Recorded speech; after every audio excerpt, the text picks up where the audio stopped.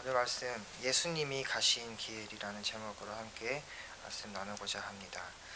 인간은 위대한 사람의 발자취를 따라가려고 합니다. 왜 그럴까요? 나도 그 길을 따라간다면 그 사람과 같이 위대한 사람이 될 것 같기 때문입니다. 많은 사람의 존경을 받았기 때문에 나도 존경받는 사람이 되기를 원하기 때문입니다. 마치 그 사람처럼 훌륭한 사람이 되고 싶기 때문인 것입니다. 제가 어릴 때에는 위인전을 많이 읽었습니다. 제 또래의 아이들도 아마 모두 그랬을 것입니다. 부모님께서 어찌나 많은 책을 사다 주시고 읽으라고 하시는지 한국의 위인들 뿐만 아니라 해외의 많은 위인들까지도 책으로 읽어야 했습니다. 세종대왕부터 시작해서 이순신, 장영실, 유관순, 또 해외 위인들 중에서는 헬렌 켈러, 링컨, 에디슨, 아인슈타인 등 수많은 위인전을 읽었습니다. 이때는 위인전을 읽을 때마다 되고 싶은 사람이 바뀌었습니다. 세종대왕을 읽었을 때는 세종대왕 같은 사람이 되어야지, 또 방정환을 읽었을 때는 어린이 아이들을 사랑하는 사람이 되어야지, 이렇게 되고 싶은 사람이 바뀌었습니다. 책을 하루에 몇 권씩 읽을 때는 하루에 몇 번씩 바뀐 셈이죠. 요즘은 시대가 많이 바뀌고 달라져서 닮고 싶은 사람도 또 되고 싶은 사람도 많이 달라졌습니다. 요즘에는 아이돌 가수나 또 배우나 아나운서나 또 인터넷 방송인 등 이 아이들에게 인기 있는 사람이 주로 닮고 싶은 사람의 대상이 됩니다. 그러나 시대는 변했지만 여전히 사람들은 누군가를 닮고 싶어 합니다. 누군가를 롤 모델로 삼고 또 그 사람의 가는 길을 따라가려고 합니다. 여러분은 누가 걸었던 길을 가기를 원하십니까? 오늘 말씀을 통해서 우리가 예수 그리스도의 길을 따라가기를 결단하는 시간이 되었으면 좋겠습니다. 오늘 읽은 본문의 말씀은 예수님이 십자가에 못 박히시기 직전의 모습입니다. 군대가 예수님을 끌고 와서 재판을 받았습니다. 재판을 보러 온 많은 군중들이 예수님을 십자가에 못 박으라고 소리쳤습니다. 그리고 빌라도는 마지못해서 예수님을 내어주고 또 예수님은 온갖 고통을 다 당하기 시작하셨습니다. 예수님께서 입고 계시던 옷을 벗기고 채찍으로 때리기 시작했습니다. 여러분 다 보셨는지 모르겠는데 패션 오브 크라이스트라는 영화가 2004년에 개봉을 했습니다. 그 당시 중학생이었는데요. 저는 이 영화를 보면서 그 당시에 성경에서 글로만 보던 예수님이 고난당하시는 장면을 정말 자세하게 또 세밀하게 살펴볼 수 있는 그러한 영화였습니다. 예수님을 이 채찍으로 때릴 때 이 채찍으로 사용한 이 채찍에는 뾰족하고 날카로운 동물의 뼈 조각과 또 쇠로 된 조각이 달려 있었습니다. 이 채찍으로 맞게 되면 그 뼈 조각이 살에 박히게 되고 또 살점이 떨어져 나가게 됩니다. 온몸에 성한 곳이 없을 때까지 예수님은 채찍으로 맞으시고, 그리고 난 뒤에 예수님을 끌고 가서 머리에는 가시관을 씌우고 또 오른손에는 갈대를 들게 했습니다. 그리고 채찍에 맞아서 상처가 나고 또 살점이 떨어져 나가는 그 예수님의 몸에 홍포를 입혔습니다. 우리에게는 작은 상처만 나고 또 가시에만 찔려도 우리는 아프다고 난리가 납니다. 그런데 예수님은 커다란 가시가 튀어나와 있는 그 관을 머리에 쓰셨습니다. 이렇게 얘기하면 실감이 잘 안 날 것입니다. 영화에 보면은 가시로 된 관이 예수님의 머리에 눌려서 가시가 예수님의 머리에 찔리고 또 피가 나는 장면을 볼 수가 있습니다. 또 우리는 가끔 종이에 베이거나 또 요리를 하다가 칼에 살짝 베이기만 해도 상처가 나고 또 피가 나서 아픕니다. 그런데 그 상처난 부위가 옷에 닿거나 또는 물에 닿거나 하면 굉장히 쓰리고 아픈 경험이 있을 것입니다. 그런데 예수님은 그냥 긁히고 상처난 정도가 아니라 온 몸이 다 찢어지고 또 살점이 떨어져서 꿰맬 수도 없는 그러한 상태인데 거기에 군사들이 홍포를 입혔으니 예수님이 당하신 고통은 우리가 상상할 수 없는 그러한 고통이었을 것입니다. 그리고 예수님은 그 군사들에게 조롱받고 또 희롱당하면서 침뱉음까지 당하셨습니다. 그리고 난 뒤에 예수님은 십자가를 끌고 골고다 언덕까지 가셨습니다. 제가 지난주에 이스라엘을 다녀왔습니다. 그래서 예수님이 채찍에 맞으시고 또 십자가를 지시고 골고다 언덕으로 가신 그 길을 저도 한번 걸어보았습니다. 그 당시에 예수님이 걸으셨던 길과 정확하게 일치하지는 않지만 이렇게 걸었을 것이다 라고 하면서 많은 사람들이 그 길을 걸었습니다. 그 길을 걷다 보니까 이런 생각이 들었습니다. 생각보다 거리가 짧네 라는 생각을 했습니다. 그런데 도착해서 예수님이 걸으신 그 길을 다시 한번 묵상하면서 생각해 보니 이러한 생각이 들었습니다. 예수님께서는 십자가에 달려 죽으시기 전날 겟세마네에서 밤을 새워서 기도하시고 또 하루 종일 아무것도 드시지 못한 채로 채찍에 맞으시고 그렇게 그 길을 걸어가셨던 것입니다. 몸이 성하고 건강한 사람이라면 그 걸었던 길은 짧고 또 힘들지 않은 길일 수도 있습니다. 그러나 이 배고프시고 또 채찍에 맞아서 모든 물과 피를 쏟아내시고 또 서 있기조차 힘드신 이 예수님의 몸으로 그 길을 걸었다면 정말 한 걸음 한 걸음이 고통스러웠을 것 같다는 생각이 들면서 저의 눈물이 제 눈앞을 가리기 시작했습니다. 그리고 예수님이 걸으신 이 길을 걷다 보면 예수님이 가신 그 길을 기념하는 장소들이 여러 군데 있었습니다.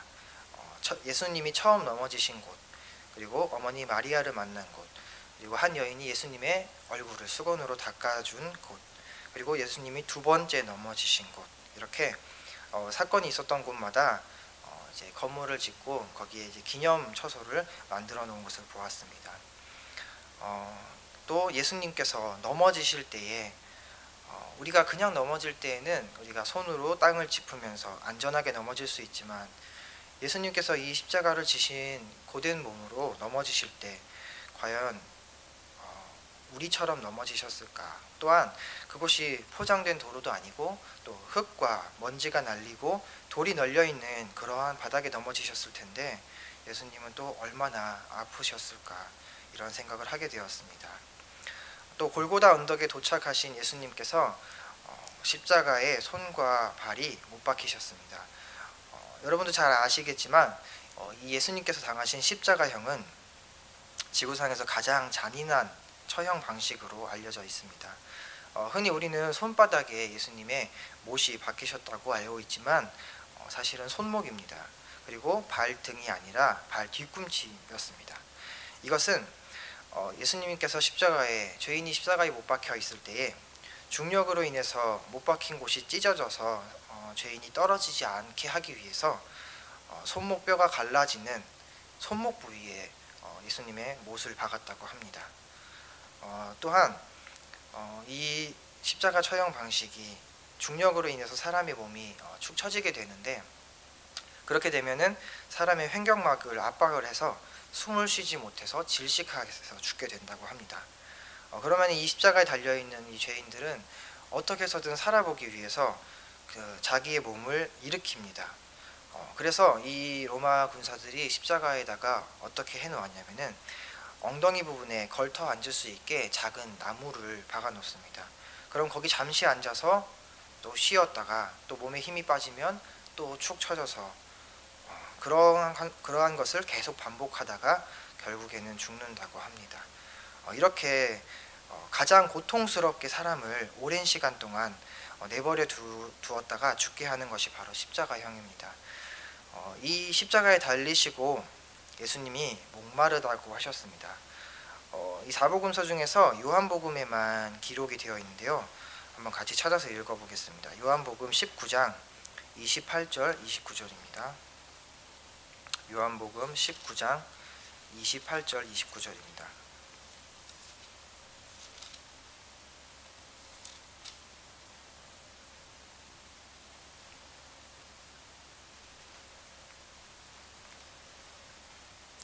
네, 28절 29절 함께 읽겠습니다. 그 후에 예수께서 모든 일이 이미 이루어진 줄 아시고 성경을 응하게 하려 하사 이르시되 내가 목마르다 하시니 거기 신 포도주가 가득히 담긴 그릇이 있는지라. 사람들이 신 포도주를 적신 해면을 우슬초에 메어 예수의 입에 대니. 아멘. 예수님께서 이제 목마르다고 하셨습니다. 그러니까 로마 군사들이 신 포도주를 적신 해면을 우슬초에 메어서 예수의 입에 댔다고 했습니다. 여기서 항상 성경을 읽었지만 이 해면이 도대체 무엇일까 궁금했었습니다. 인터넷에 찾아보니까 바다에 사는 해초로 만든 일종의 스펀지라고 볼 수가 있습니다. 이 해초는 골격이 없고 또 해면질 섬유로만 되어 있어서 인공 스펀지가 발견되기 전까지는 이 해면을 스펀지 대신 사용했다고 합니다. 그런데 이 지중해에 서식하는 해면이 가장 최상품이라고 이야기를 합니다. 그래서 이 예수님 당시에 이 사용했던 이 해면을 설명하기 위해서는 또 한 가지를 더 설명해야 하는데요. 이번에 이스라엘을 가서 또 한 가지 알게 된 사실이 있습니다. 이 당시에 화장실 문화에 대한 건데요. 고대의 화장실에는 이제 물이 흐르는 수로가 두 개가 있습니다. 하나는 용변을 본 것을 떠내려가도록 하는 수로가 있고, 또 하나는 용변을 본 후에 물로 닦아내기 위한 수로가 있는데 손으로 닦아내는 것이 아니라 아까 말씀드린 그 해면을 그 물에 적셔서 닦았다고 합니다. 그러니까 로마 군인들은 이 신 포도주에 해면을 적셔서 예수님의 입에 대었다고 하는 것은 정말 가장 모독스러운 행동이었습니다. 예수님은 이렇게 죽기 직전까지도 사람들에게 수치를 당하고 돌아가셨던 것입니다. 이렇게 예수님의 삶은 철저하게 배신당하고 또 거절당하고 또 수치를 당하는 그런 삶이었습니다. 우리는 어떻게 살아가기를 원합니까? 남에게 인정받고 싶고 또 대접받고 성공하는 것일 것입니다. 그렇다면 우리는 아직 예수님의 제자가 아닌 것입니다. 예수님의 제자들은 대부분 순교의 삶을 선택을 했습니다. 베드로는 예수님과 같이 십자가에 달려 죽는 것을 거부해서 십자가에서 거꾸로 못 박혀 죽었고, 또 야고보는 돌에 맞아 죽었고, 안드레는 예수님과 같이 십자가에 못 박혀 죽었고, 또 도마는 창에 찔려서 죽었고, 시몬은 톱으로 몸이 둘로 나누어져서 죽었고, 마태는 살해당해서 죽었습니다. 이들 모두 예수 그리스도를 증거하다가 복음을 전하다가 이렇게 된 것입니다. 제자들은 이렇게 예수님이 가신 그 길을 가는 것이 두렵지 않았습니다. 두렵지 않았기 때문에 목숨도 기꺼이 버릴 수 있었던 것입니다. 예수님이 가신 그 길을 간다는 것은 그럼 어떤 것일까요? 예수님과 똑같이 십자가를 지고 채찍에 맞고 그런 것을 말하는 것이 아닙니다. 예수님이 가신 길을 간다는 것은 단순합니다. 하나님을 사랑하고 또 그분의 뜻에 순종하며 행하는 것입니다. 많은 그리스도인들이 오해하고 있는 것이 한 가지 있습니다. 예수 믿으면 잘 된다. 그리고 복 받는다. 물론 틀린 말은 아닙니다. 하나님께서 우리에게 복을 주시기를 원하시고 또 은혜 베푸시기를 원하신다고 성경은 말하고 있습니다. 그러나 대부분의 사람들은 좋은 쪽으로 해석하고 믿고 싶어 합니다. 갑자기 이런 말씀을 드려서 죄송합니다만, 예수님을 믿으면 그때부터는 행복 끝이고 불행 시작입니다. 왜 이렇게 이야기했냐 하면, 믿음의 눈으로 보지 않는다면 예수 믿는 사람들이 그렇게 불쌍해 보일 수가 없습니다. 제가 시험 기간에 정말 교회를 열심히 다니면서 공부도 열심히 했습니다. 수요 예배에도 나가고 금요 철야도 나가고 토요일에는 찬양단 연습하고 또 주일에는 아침부터 초등부 교사부터 시작해서 모든 예배들을 다 드렸습니다. 그러면서 시험 보기 전에 하나님께 기도하고 지혜를 달라고 하면 하나님께서 지혜를 주실 것이라는 아버지의 말씀을 굳게 믿고 시험 보기 전에도 항상 기도를 하면서 시험을 봤습니다. 그런데 꼭 시험을 보고 나면 공부 별로 안 했다, 대충 했다, 이번에는 시험 점수 안 나올 것 같다 라고 한 믿지 않는 친구들보다 항상 점수가 낮았습니다. 그래서 하나님을 많이 원망하곤 했습니다. 또한 사업을 하거나 또 여러 가지 방면에서 세상에 믿지 않는 사람들과 비교해 보았을 때 믿지 않는 사람들이 오히려 더 잘되고 승승장구하는 모습을 때로는 볼 수가 있습니다. 또 신앙생활 열심히 하고 교회를 잘 다녔는데도 갑자기 몸이 아프거나 건강이 좋아지지 않으면 얼마나 하나님이 원망스러운지 모릅니다. 믿지 않는 사람들은 저렇게 건강한데 왜 나는 이렇게 아프고 건강하지 않을까 하는 생각이 들 때도 있습니다. 그런데 믿지 않는 사람들은 사단이 굳이 건드릴 필요가 없기 때문입니다. 내버려둬도 지옥 갈 테니까요. 하지만 믿는 사람들에게는 사단이 어떻게 해서라도 하나님과 멀어지게 하고 또 하나님을 부인하고 또 원망하고 불평하게 하기 위해서 때로는 하나님을 없다고 부인하게 하려고 합니다.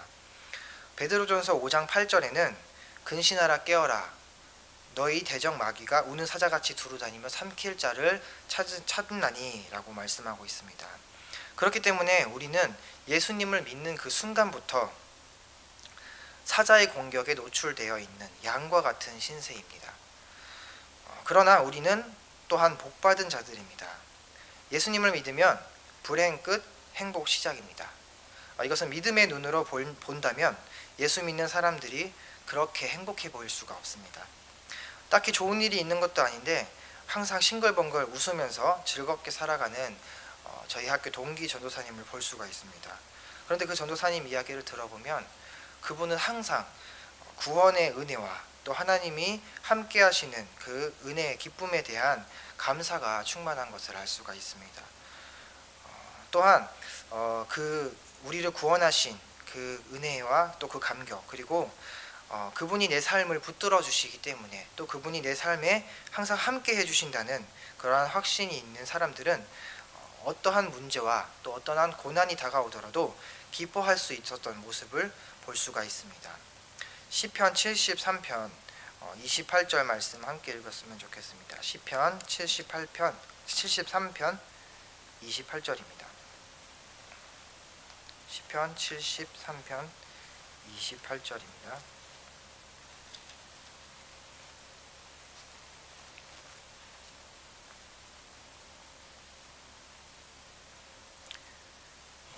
함께 읽겠습니다. 하나님께 가까이 함이 내게 복이라. 내가 주 여호와를 나의 피난처로 삼아 주의 모든 행적을 전파하리이다. 아멘. 이 시편 73편의 기자는 이렇게 이야기합니다. 하나님께 가까이 함이 내게 복이라. 내가 주 여호와를 나의 피난처로 삼아 주의 모든 행적을 전파하리이다. 네, 말씀의 결론을 맺겠습니다. 예수님이 가신 길을 따라가는 것은 결코 쉬운 일은 아닙니다. 그러나 이 시편 기자가 이야기한 것처럼 주 여호와를 나의 피난처로 삼아서 주님의 모든 행적을 전파하는 자가 우리는 되어야 합니다. 예수님이 가신 길을 따라간다는 것, 그것은 예수 그리스도를 세상에 선포하고 또 예수님이 행하신 것처럼 우리도 가난한 자를 섬기고 또 병든 자를 돌아보며 서로 사랑하는 것입니다. 또한 이렇게 살아가는 것이 바로 주님의 제자로서 살아가는 것입니다. 제자로 살아간다는 것은 제자로 살아가는 길은 환난과 핍박과 여러 가지 어려움이 찾아오는 길입니다. 그러나 그 어느 길보다도 찬란하고 또 영광스러운 길이라는 것을 기억하셨으면 좋겠습니다. 다 같이 찬양 하나 하겠습니다.